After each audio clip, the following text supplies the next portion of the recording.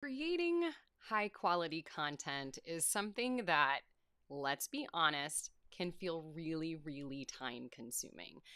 It's something that a lot of people have told me that, hey, this kind of like sucks up a lot of my day, a lot of my week. Maybe because it feels time consuming, it's something that we avoid altogether. Nowadays, with the way that we market on social media, the way that we market online, period, there's this big push to put out a lot of stuff. So today, what I wanted to do is I wanted to have a conversation around making this a little bit easier, because we should not have to start from scratch every time we need to put out a piece of content. We're going to be chatting about repurposing. And I know that personally, I had a lot of resistance around repurposing my content, like a couple of years ago. And then I started, talking to some friends who do it. I talked to one of my coaches who do it. And we kind of unpacked, what was making me feel uncomfortable about it and how can I get strategic about it and repurpose my content in a way that makes it feel fresh each time. And so, you know, this isn't just about social media posts. It's about things like the emails that you send to your clients, marketing material that you might use for your summer camps, even things like lesson notes, recital programs. Creating and writing these all the time and doing it from scratch is a time suck. So today, what we're going to do is we're going to stop reinventing the wheel, and we're going to examine 5 specific ways that you can repurpose your content and save a ton of time. And so I'm really excited to have this conversation with you because I think some of these things that I'm going to mention, you may be like, oh yeah, I already do that. But I have a couple of these things that I think are going to kind of blow your mind. So let's get going. If you are tuning in live, be sure to say hello and let me know where you're tuning in from. If you're watching on the replay, jump in on the conversation. I love to come back and have a conversation with you. And before we really get rolling, I am going to play a little music while I do some behind the scenes stuff to make sure that everything's working. Here we go.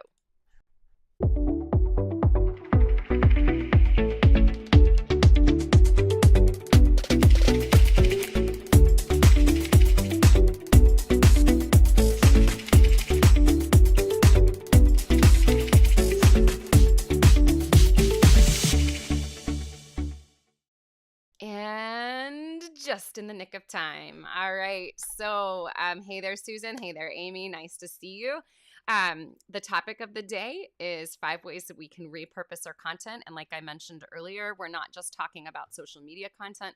We're talking about all different types of content. So, just think about anything that you do in your studio, whether it's writing an email, putting together flyers for your summer camps, the onboarding process that you use in your studio.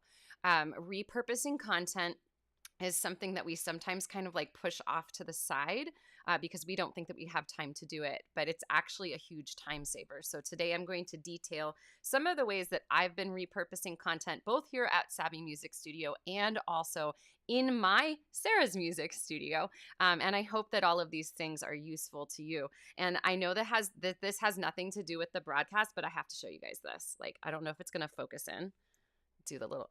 Check this out. Okay, what do you think that that's made of? That's the question of the day. I'm going to reveal it at the end, and I'll bring it up a couple more times. What do you think that this is made of?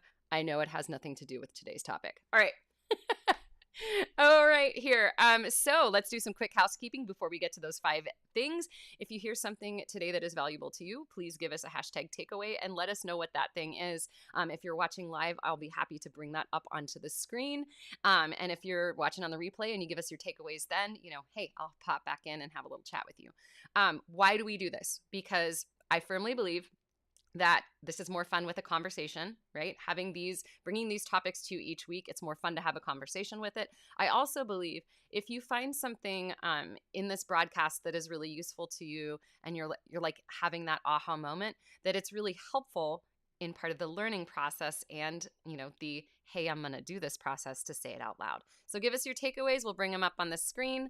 If you're watching on YouTube, be sure to subscribe and turn on notifications for new stuff. And I do have the Savvy Sarah bot set up. So if you are on the Book of Face and you drop the word repurpose, you will get a hold of today's show notes. I have a bunch of things that I'm going to give you. If you are watching on Instagram and you would like to get a hold of that, just let me know. I'll make sure to chat to put your name down, and I'll reach out to you so we can get that bot firing. All right, let's get to this today. Okay. Oh. Wait, before we do that, because I know like a bunch of you just joined, I want your guesses. What do you think this bracelet is made of? I'll give you a hint. It does have something to do with music. It's like my new favorite thing. All right, here we go. So, I know that what we're going to be talking about today it's not actually magic, but it does feel very magical when you are able to take a piece of content and repurpose it in different ways so that you don't have to come up with a new thing every single time. Those of you who get the emails about this broadcast, I had a lot of fun writing the description for this, and I said something like, when I'm able to avoid reinventing the wheel, every time I want to write or record something, like it makes me feel like Hermione Granger, with that little like time thing. Basically a hero. So what we're going to do is we're going to look at specific ways that we can repurpose content. We're going to look at 5 ways, and I want to start with a story today. No guesses as to what's on the bracelet here. Hey there, Louise Bell's watching from Sunderland, Northeast England, watching while she cooks dinner. Wonderful. Louise, what's for dinner? I'd love to know. And I see Brandon is here, Karen, Susan. Awesome. Okay, so let's get to this. I want to share a story. And this has to do, this comes from one of my students. I'm repurposing it for this purpose today. This comes from one of my students, Greta, and we were having a conversation around, what happens to a piece of music once we have finished it, right? Once they've gotten the sticker at the top of the page, like what happens to that piece of music? Because I really want to encourage, one of the things that I like to do as a teacher is I like to encourage my students to build repertoire so that, down the line, they have these pieces that are memorized and, they can have fun playing them. And also to realize, like, if there's a piece that they really, really enjoy, it's not just, we don't just like throw it away after we finish learning it. So I asked Greta, like, well, what is it about, learning repertoire that you enjoy? And what is it about, like, if you have a piece of music, like, what can you do with it after you've finished learning it? And she said to me, well, and I think she was about 8 at the time. She said to me, well, music is not bananas.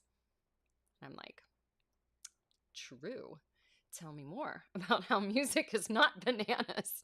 And she went on to explain that music does not go bad. It's not like a banana when you put it on the counter, and if you leave it there for a long time, it's going to turn brown. It's going to get kind of gross. So she said, music is not bananas. It doesn't go bad once you've finished it. You can keep playing it over and over again and enjoying it. So what I wanted to say about this, about content in general, is that most pieces of content, it's not bananas, right? It's not going to go bad. Although, there will be some things that we write, and, they're time sensitive and things need to be adjusted, in order to repurpose that. Hey, I love that. Jessica Hagen gives us a banana emoji there. Nicole, this is a good guess. I will say this bracelet is not made of paper. Okay, Louise. Ooh, yay. All right, cool. Let's see. So the content is not bananas. So let's look at how we can actually take those pieces of content and turn them into other things. We're going to give you very specific ways to do this.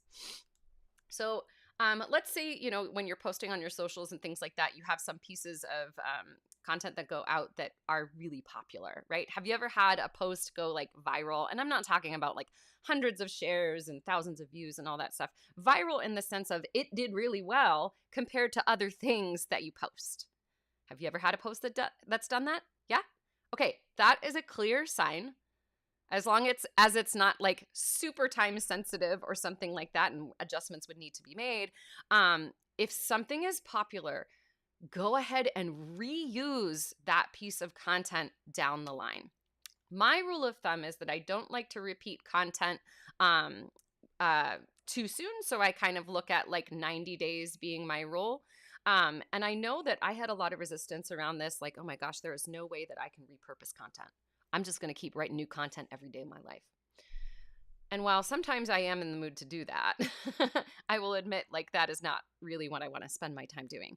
And so what we do is we look at the content that goes out on the page and we think about, okay, what are the pieces that are popular? If you don't know how to figure that out, there's great analytic tools that most platforms have.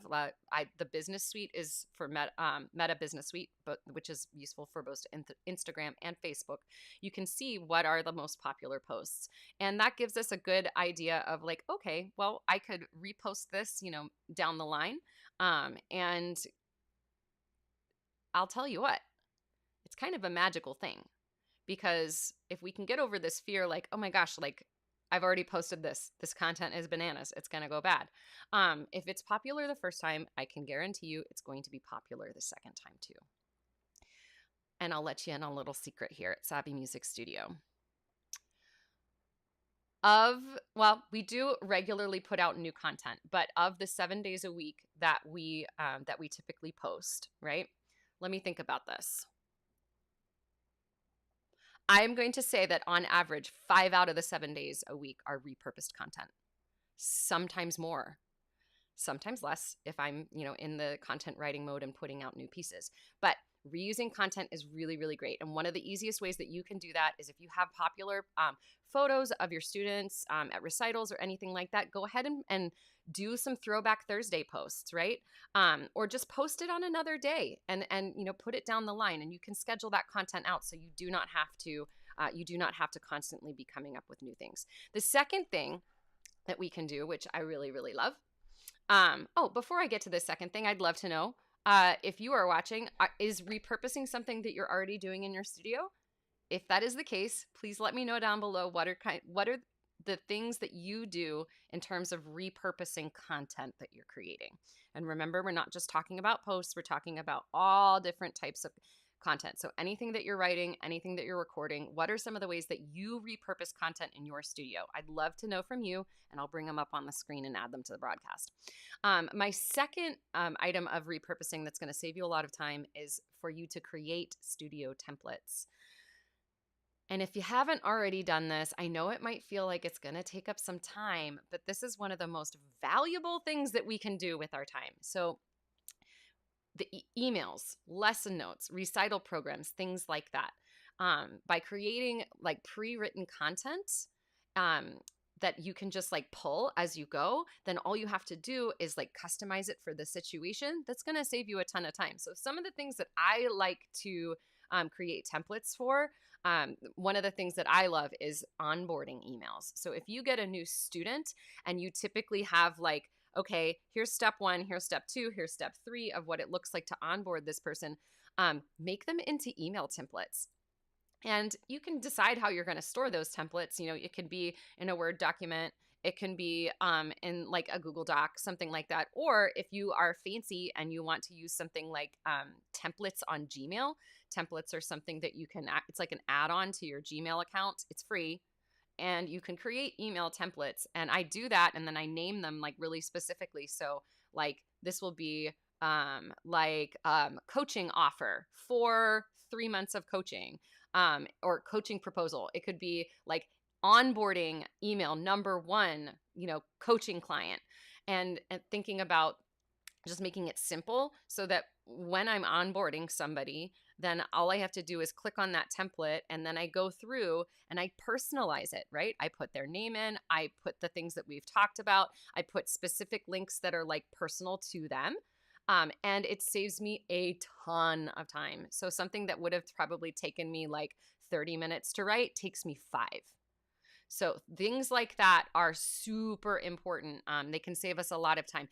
Bringing it back into like the studio side of things, like events and stuff like that, having recital templates, such a time saver. Side note, I really like Wendy Stevens' editable recital templates. If you've never seen them, they're genius and they're beautiful and they've saved me a lot of time.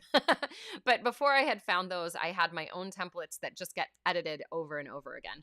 I love the things that I'm seeing. I'm going to bring them up on the page here. Let me get rid of this guy. So like Louise says, I tend to have a different image each time. I use 12 per instrument, but rotate my wording. So I have 3 write-ups for each post, and they use different ones each month. So they're reused every month, every 3 months. Louise, that's genius, right? So taking a piece of content, it's the same written description. It might have some slightly different verbiage, but then putting another photo with it. I love it. Karen says, I use onboarding documents on Pages on her iPad, and I also use that for monthly invoices. Great. Brandon says, I make a folder in my photos album on my phone for content to live in and find easier. I love that. You know, there are so many little free tools on your phone when it comes to like coming up with content ideas. One of my favorite things to use is just the notes feature. I'm an iPhone person. I apologize. I'm firmly Team Apple. But I use notes to put down all kinds of things. So I have like little documents called like content ideas. I use a document for like my gym routine, kind of stuff like that. Okay, great. So let's continue on. I had a couple other things to bring up about this. Oh, before we do that, just because I'm having fun and I need more guesses. So who was it that made the previous guess? Okay, Nicole said, I think your bracelet is made out of paper. What do you think that this is made out of? The hint is it has something to do with music. I did not guess it when I got this, so I'll be interested to see if somebody gets it. Amy says, I place my photos I use for Facebook ads for signups also on my signup website page. Excellent. Notes for my hashtags so I don't have to retype them. Brandon, that's one of my favorite things. I also have some documents in Notes that have the hashtags in them, and I have them in groups so that I don't have to retype them. We have a winner, Melissa. Hi, Melissa. It's so good to see you. Indeed, this is made out of piano wire. Isn't that the neatest thing? I got this as a belated Christmas gift, and it's like nice and stretchy. At first, I was like, is it a hairband? I'm so confused. Don't put this in your hair because it'll rip your hair out. Anyway, okay, just a little fun. All right, let's move on to point number 3. Point number 3, okay, is to convert your content into different types. And this is something that I'm really, really, really, really passionate about because I do a lot of video content, and video content I think is a perfect thing to repurpose, but you can also repurpose like things like blog posts or, photos or lists, things like that. So what you can do here is to convert your content into a different format. So I'll give some examples of things that I've done both here at Savvy and in my music studio. So here at Savvy, some of you may already know, like we take this Wednesday broadcast and it gets repurposed into 2 different pieces of content, sometimes 3. So we'll take this, we'll repurpose it, this long, like 30-minute broadcast. I hope you all can't hear my stomach. It is like growling super loud. We take it and we put it down into a 5-minute recap. So that's one thing. We take something that's long form and we turn it more short form. Sometimes I'll occasionally turn them into a reel if I'm feeling so inspired. We've also turned them into blog posts, and I'm going to talk about some tools that help us do that.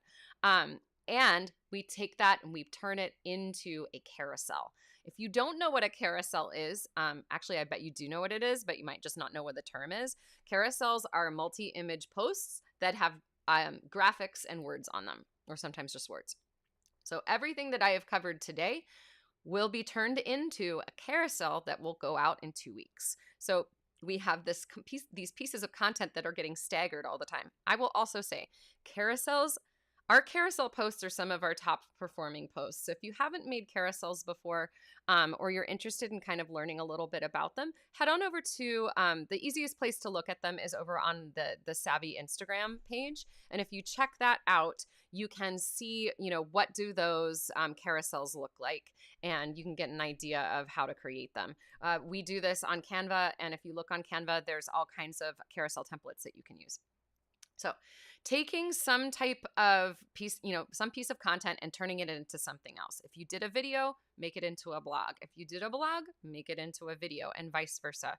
A single concept can be made into so many different types of pieces. Okay, so I wanted to mention, what are some of the tools that we can use to make this easy? And a lot of you have been asking me about this, right? A lot of you have been asking me. Um, I've had people coming to me and saying, Sara, are you going to be talking about AI anytime soon? Okay, everybody's talking about AI right now, so I know it's like the secret's out. um, I have been a part of one of the places that I coach, one of the companies that I work for. We have been using AI for over 2 years. And so this is like not new to us. And so one of the things that we can start experimenting with is that we can actually use AI in different ways to repurpose content. So let me give you an example. I could take the transcript or the captions from this video, right? And I could feed it into whatever AI program I'm going to use. And I could ask it to make a summary of the transcript, or I could ask it to write a blog post based on this video transcript. There's so many ways that we can do this um, quicker um, and with more ease. Now, I will say, do I like feed stuff through AI and then just let it go out into the universe? 100% no. Because some of the stuff that is written is just completely laughable. But it can be very useful to kind of get the gears, turning. It can be useful to get a like really crappy rough draft together, and then it saves you the time of doing that, and then you can be a really nice human editor to that. So yes, I do suggest, kind of experimenting with that. And I would love to know from those who are watching if you would be interested in a short training about, specific ways to use AI and like easy ways to use it. Let me know, because I'm kind of contemplating doing something like that. I know that a lot of other people are, putting together massive trainings that are like super, super in depth. But I think for our purposes as independent music teachers, we don't need to get too crazy about it. But there are some really nice ways that we can use AI that will make your life easier. So if you are interested in that, let me know. Okay. Let's move on to point number 4. So, okay, quick review. We've talked about reusing popular pieces. We've talked about creating templates for your studio. We've talked about converting pieces into different types of formats. Now let's talk about breaking stuff down, right? So one of my favorite ways to repurpose is to take something that's big and turn it into little tiny bites. So let's say that maybe you wrote a blog post about like 10 tips for parents to help their students practice at home. That is awesome, and great for SEO for your website, by the way, if you got it all dialed in. Take those points, take them one at a time and make them into posts, right? Or take them one at a time and record a reel. So we can take these long form contents like blogs or broadcasts like I'm doing here and break them down into individual pieces of content. I kind of like to think of this as like, although back, nowadays Twitter has like long form stuff, but think of them as tweets, right? So taking something that was long and turning it into a tweet, something that's short and easy to digest. Because while I do really love creating, long posts that have a lot of detail in them and creating long video, I also know that a lot of people are short on time. And so really what they're looking for is like that, like little piece of information that's going to make their day easier or brighter or more interesting. So go ahead and break your content down into little bites. Same thing with, let's say, for instance, you might record your studio's recital, and maybe you put that recital up on YouTube. By the way, there's a lot of things changing with YouTube soon. And so just get like kind of giving everybody a heads up.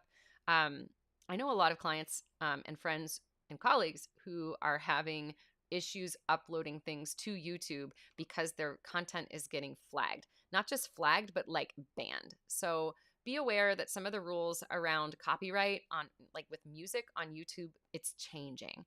And so we may need to come up with different solutions for some of the things that we do in our studio. Anyway, so back to this idea, like you post a long recital video, take that recital video and break it down into small bits and post small bits of the recital. There's all different kinds of ways that we can take those big long form pieces and turn them into little bite-sized things. Okay, finally, the last piece here, this is one that is a favorite of mine.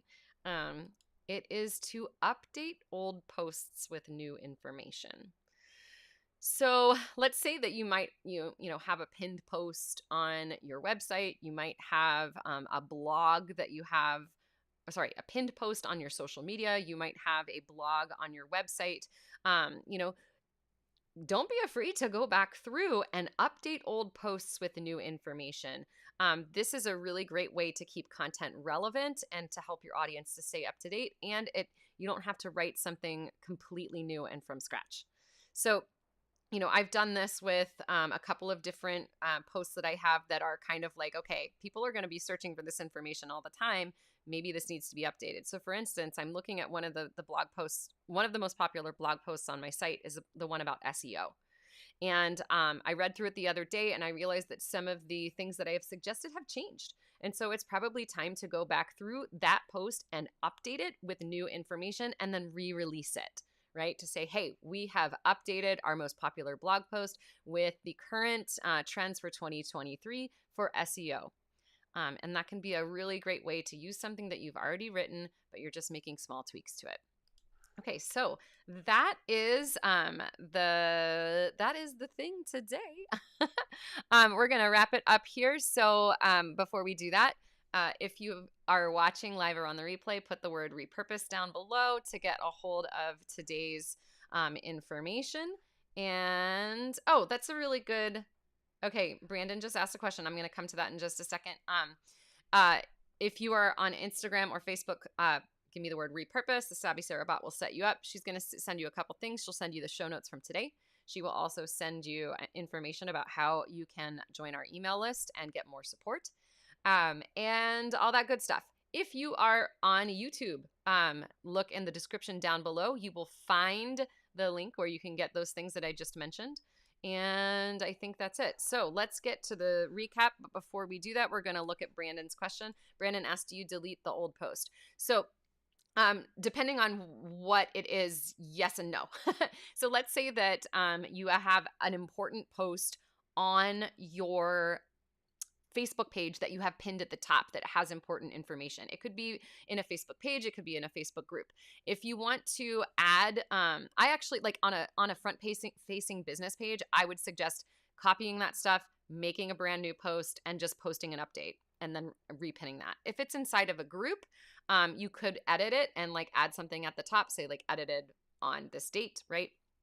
If it is a blog post that is on your website, depending on how you have your blog formatted, you may be better served by posting something new. And the reason I say that is if your blog post includes the date in the slug, in the URL, then you probably want to create a new post just taking that information and updating it, right? So basically a copy of that post with updated information. If your website does not have the date in the slug and also does not have the date like listed on the post, then you can just update it and maybe update the blog cover photo, whatever, update the title, making sure that you have the new year in it and things like that. If you look over, that was one of the big changes that we made when I launched the new website in 2020.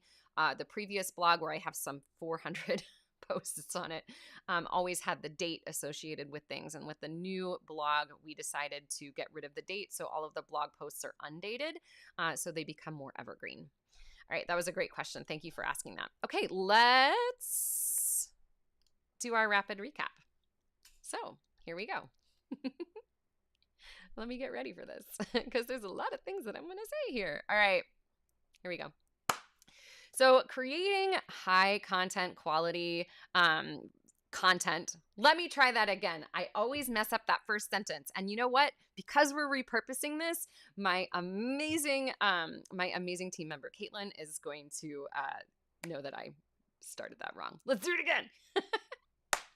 So creating high quality content for your audience is a time-consuming process. Whether you are writing social posts or emails to clients or marketing materials for your summer camps or things like recital notes, lesson notes, etc., Creating these things over and over and over again can take a lot of time. So what we are going to do here is we're going to talk about 5 ways that you can easily repurpose your content so that you're not always having to reinvent the wheel every time you need to post something or send something. So the first tip that I have is to reuse your popular pieces of content. And we can know what is popular by checking out the analytics. So it could be like a blog post, looking at the analytics there. It could be the posts that you're putting on your social media, checking out the analytics on things like Meta Business Suite, etc., or whatever you're using. And look at the pieces that are performing well. If they are performing well, this is a good indication that they're resonating with your audience, and your audience would appreciate seeing those things again in the future. My rule of thumb is that I like to post things, I don't like to repurpose things within a 90-day window. So I like to kind of think of, if this is a popular piece, we can put it into the schedule 90 days out or a little bit further than that. And that has then filled up a little bit of our schedule, and we don't have to come up with new things all the time. An easy way to do this is to do things like Throwback Thursdays. Especially if you have great pictures of the clients in your studio. Post those every Thursday, do a throwback. Okay, second thing is to create studio templates. Many of you already do this, especially with things like recital programs and stuff like that. You've created templates that you can just use over and over again. But what about things like emails and lesson notes? If you have a good inquiry/onboarding process, it would be really time-saving to put together a series of emails that you typically use and save them in a place, either in something like Gmail templates, which is free, or maybe in a Google document, so you can cut and paste those things and then customize them to your client as you go. It can take what might be like, hey, 30 minutes of email writing and make it 5 minutes. Isn't that fabulous? The third thing is to convert your content into different types of formats. So if you have a long video, you can make it into a blog post. If you have a blog post, you can make it into a video or an infographic. A single concept can be made into so many different types of content, and yet oftentimes we don't think to do that. So think about, what other way could I present this idea? And look for another format that you can use. And you can use AI to make that really, really easy. And we might talk about that in the future. All right. The fourth thing is to break your content down into small bits. So if you have long form content, like what I mentioned before, blogs or videos, you can take those things and break them down into the elements. So let's say you wrote a blog about 10 tips for piano parents to help their kiddos at home. Take each one of those tips and turn it into a post with an image. So many different ways that we can take that single idea and make it into smaller bites, right? Finally, if you are a writer, whether you are doing blog posts or you love to do like long informational emails, etc., update your old content with new information. So don't be afraid to go back over the things that you've written in the past. And if they need a little facelift, if they need some new information because things have changed, you can keep your content relevant and keep your audience up to date by updating old pieces of content. All right, I hope that you have found these tips on repurposing helpful. If you did, please let me know down below. If you would like to get a hold of the show notes and more information about Savvy Music Studio, you can put the word repurpose down below, and the Savvy Sara bot will reach out to you with all the goods. All right, we are going to head out. And next week, we'll be back with more good stuff. So in the meantime, stay savvy and stay you, because I think you are an amazing teacher and there is no one in the world quite like you. And I think that you are pretty dang awesome. Thanks for being here, everyone. We will see you next time.